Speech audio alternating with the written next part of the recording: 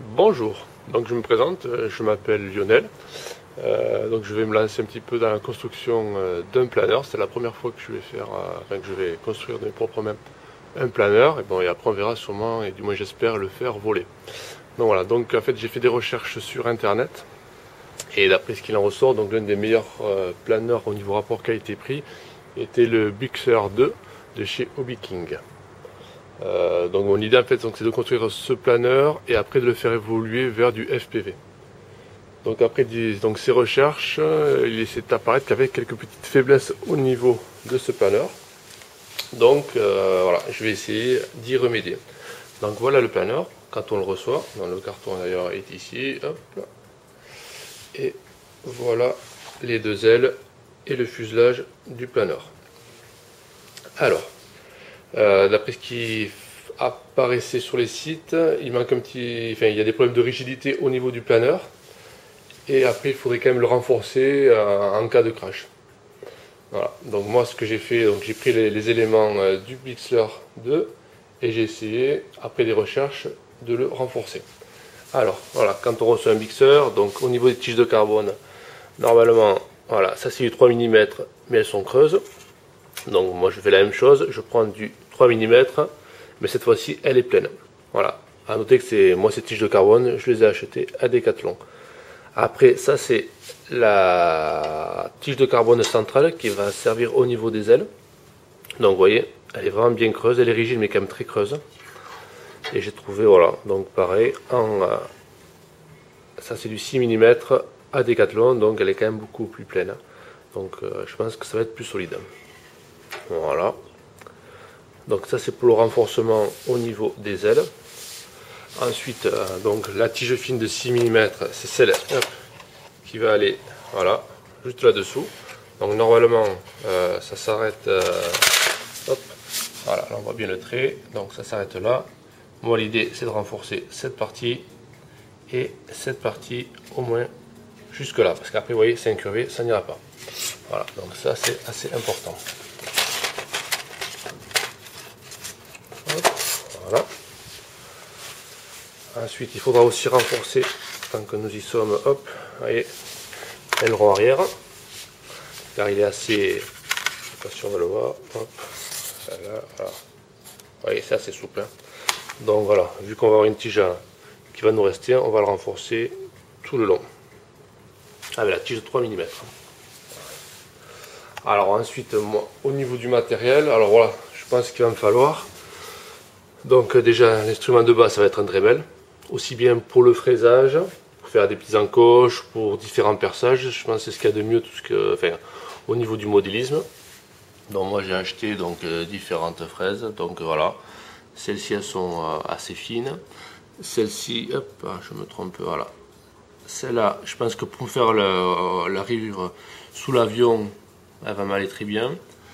Celle-ci pour faire de la découpe, alors ça c'est des disques normalement de métal mais elles sont très fines, donc pour la découpe ça devrait aller bien, car comme je vous l'ai dit je voudrais faire du FPV. Donc l'idée, voilà, c'est d'ouvrir cette section là, hop, de là à là, hop, voilà, et ça on fera une petite ouverture avec un système de scratch après pour le refermer, comme ça ce qui permettra d'accéder au niveau des éléments du FPV.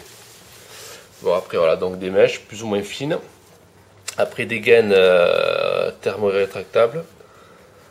Ensuite donc bon, du scotch, bon là c'est très forte résistance blanc. Après de l'invisible, parce que je pense que le problème du blanc c'est que ça va cacher les autocollants, alors que l'invisible, bon ça devrait aller. Après ouais, tout ce qui est scratch, parce qu'à l'intérieur donc on va scratcher différents éléments, aussi bien la batterie que des stabilisateurs. Donc ça c'est bien, comme ça permet de le poser, de le sortir.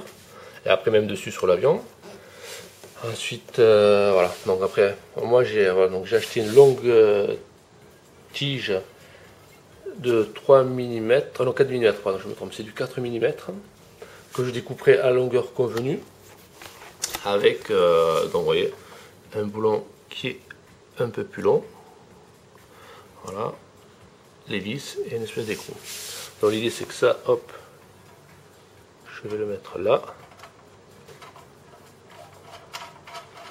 Voilà, et ça en fait ça va me servir à renforcer l'aileron. C'est-à-dire que l'aileron, je pense faire un trou là dans cette zone et on va le mettre comme ceci. En fait il y aura un trou dans l'aileron, voilà. Je ferai un trou, je collerai et je ferai dépasser à peu près la tige de 3-4 cm. Parce que là il va y avoir donc l'aileron, le fin du fuselage et dessous je mettrai l'écrou et la vis. Comme ça, ça va vraiment bien solidariser l'arrière-train au niveau du fuselage de l'avion. Ensuite, donc après je pense que bon, ça vous devez connaître, c'est tout un système de lames. Bon, après voilà, ils sont plus ou moins pointus, incurvés pour travailler en plus du Dremel. Voilà, ça c'est vraiment la partie, bon du scotch classique. Hein. Ça c'est vraiment la partie matérielle. Alors ensuite au niveau un peu plus technique, donc là c'est suite au conseil de Bernard Chevalier, donc il y a un site bugmania.com. Voilà, donc il m'a conseillé voilà, d'équiper le Bixer 2 avec ces différents éléments. Alors au niveau du moteur, donc c'est un Turgini Aerodrive, le SK3 2836 1500 kV. Ensuite, bon là ça sera des cerveaux, voilà, les cerveaux, donc là pour ce type d'avion il en faudra 6. Les différents types de rallonge, voilà, ça, tout ça c'est commandé sur Hobby King. Alors moi je vais mettre en plus voilà, ces petites plaques qui vont me permettre de sortir le moteur du fuselage. Donc après, vu que je vais faire du FPV, s'il faut mettre une hélice un peu plus grande, ça posera pas de problème.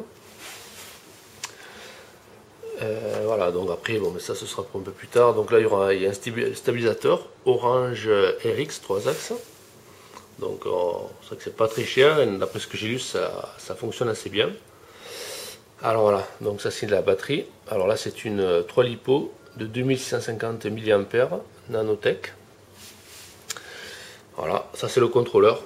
Donc normalement, c'est fait peut-être avec un 30 ampères, il aura assez, mais j'ai préféré prendre un 40 ampères.